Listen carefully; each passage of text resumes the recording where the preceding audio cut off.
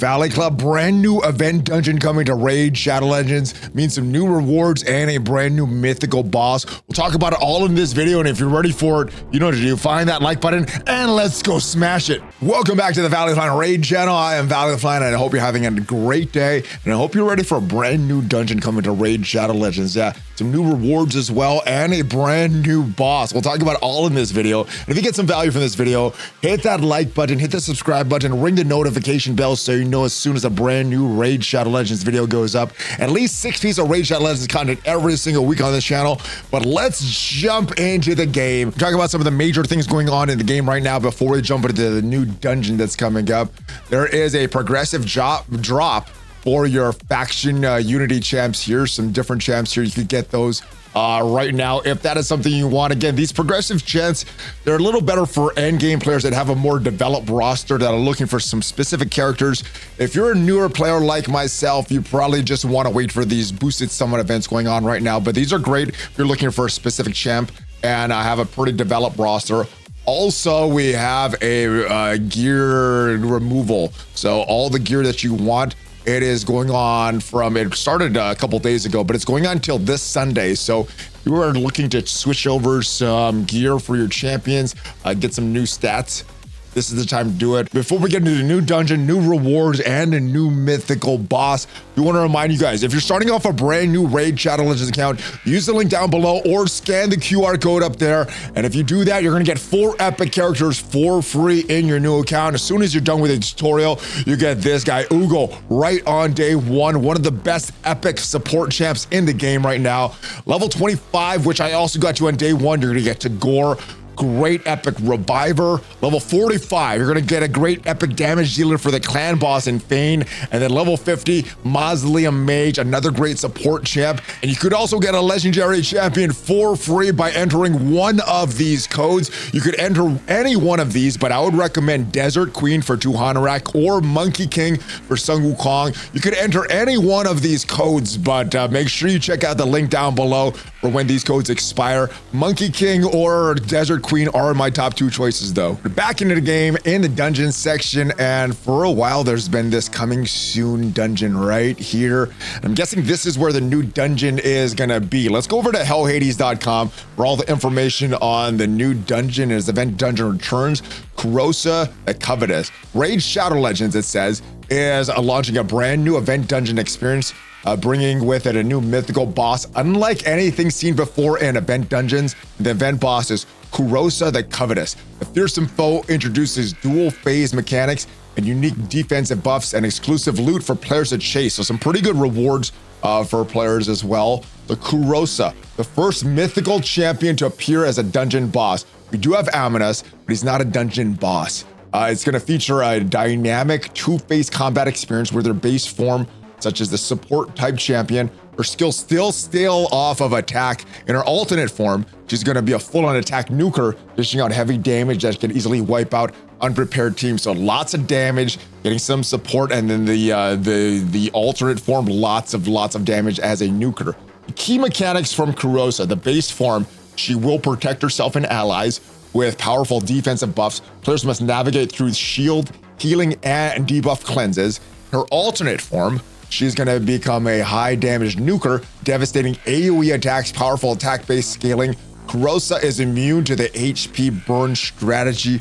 I just got a HP burn AoE champ, but I guess that'll be for the current dungeons, not for this new one coming up, because with Kurosa, she's only going to take 1% of her max HP compared to the typical bosses.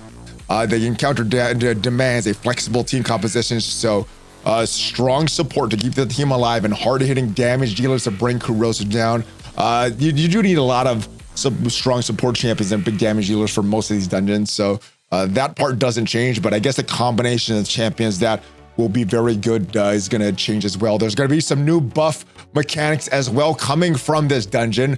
2 new buff types are introduced with this event. So Fortify, and this is going to reduce the enemy ignored defense effects by 15 or 25%. So all that ignored defense, which is one of the more popular buffs going on in the game right now. A lot of the meta is based around ignored defense, and it's going to reduce that.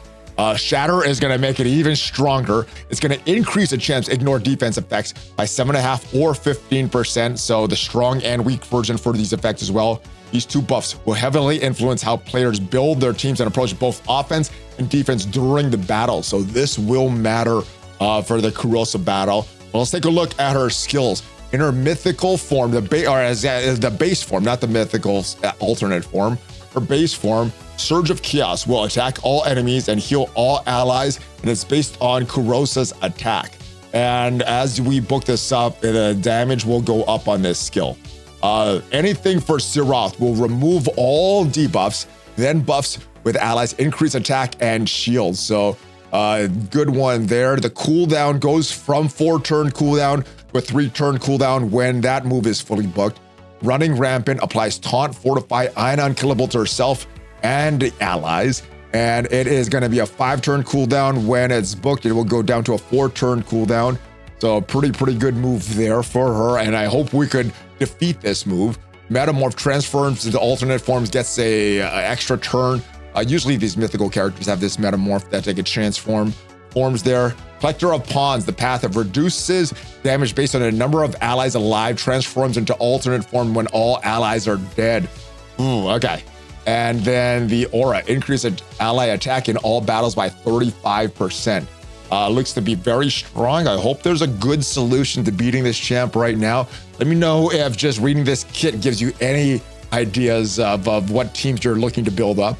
But the alternate form looks very similar. This is a normal one, and then this is the other one with these wings or whatever these are, background like spines. But her base move, Destroyer of All, triple hit on a target. If it kills, deals spread damage to other enemies. Even bosses cannot be resisted. So strong move.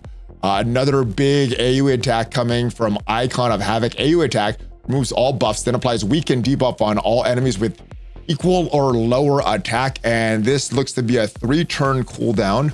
We're gonna have Ruthless Agent, buffs herself with Shatter and increased crit rate, then applies True Fear debuff. And that will be a 5-turn cooldown. It looks like the cooldown goes down by 1 turn when it's fully booked. The Metamorph will return back to the base form, grabs an extra turn. The passive for the alternate form, Vile Murderess, deals bonus damage for each ally that has died and boosts turn meter on critical hits. And the aura increases ally attack in all battles by 35%. And that is the same as the aura for the base form as well. All right, we're getting some new sets, or I guess we're getting the Pinpoint set returning. Major draw of this event dungeon is the return of the Pinpoint set, a 9-piece artifact set previously featured in the Asgard Divide campaign. And with this, 1 piece of this Pinpoint set will get you 20 accuracy, 2 pieces, 10% more speed, 3 pieces, 20 base stats of accuracy, not percent. I keep wanting to say percent, but it's just the 20 accuracy. 4 pieces, you're gonna start with 1 stack of intercept.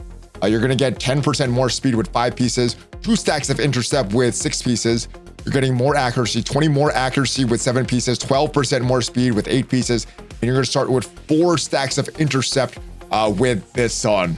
And I wasn't sure what intercept is, and it's a pretty big one. So the intercept buff will block any attempt to place a crowd control debuff on this champion, even if it's specified in the enemy's skill that the debuff itself cannot be blocked. This includes stun, sleep, freeze, provoke, fear, true fear, petrification, and sheep debuffs. The champion can receive multiple stacks of intercept buff. Each stack will block 1 attempt placing a crowd control debuff. After 1 attempt, the intercept stack will be removed. The intercept buff has no duration and therefore cannot have its duration increase or decrease. Intercept buff also cannot be spread to allied champions. The crowd control debuff is placed on a champion that has an intercept stack and block debuffs. Buff, a intercept stack cannot be removed. However, if a crowd control debuff it cannot be blocked is placed on a champion with both intercept and block debuffs, a intercept stack will be removed. So it looks like this new the Pinpoint set very strong. Let's get back into the new relics that we can get from this dungeon. New set of 8 themed relic will be debuted during this campaign. These span rare to mythic rarity and belong to an event relic group. Players can collect unique crafting materials in select tournaments and events to unlock these relics, offering another avenue of strategic protection. There's going to be a new collaborative game mode, kind of like a big global event. This campaign will also introduce a brand new collaborative event, coalition event, designed to bring the player base together towards a common goal. Success relying on global participation. Full details will be shared soon, but this is an exciting direction for the objectives and raids. Yeah, so another game I played just launched some global milestones. This looks very similar. I think that's a fun thing. I like that the entire community is working towards one big prize. I think that's great. Final thoughts. Event dungeons update starting with Kurosa the Covetous brings high stakes battles, powerful new mechanics, and meaningful rewards with their unique dual phase design, common buff interactions, and damage mitigation. Kurosa will challenge even veteran players to rethink their strategies, coupled with the additional collectible relics, exclusive artifacts, and the forthcoming coalition event. This campaign stands out one of the most ambitious and content-rich updates ever. So yeah, this looks very, very fun. The boss looks very tough. I'm not sure if I'm ready to tackle this boss yet with my current roster, but let me know your thoughts on all of it. I am looking forward to it. I'm looking forward to the new relics. I'm really looking forward to this collaborative event. And this weekend, I'm going to switch over a lot of my gear, really try to prepare for clan boss. Let me know what you're going to do with this free gear removal. And hopefully you did get some value from this video. If you did, leave it a like. Check me out on social media. Of course, if you are starting a brand new account, use that link in the description or that QR code to get those 4 epic champions for free and then get that other legendary. I'll see you guys next time. Have a great rest of your day though. Hulk fist bump. ValleyFlyin out. Take care, guys.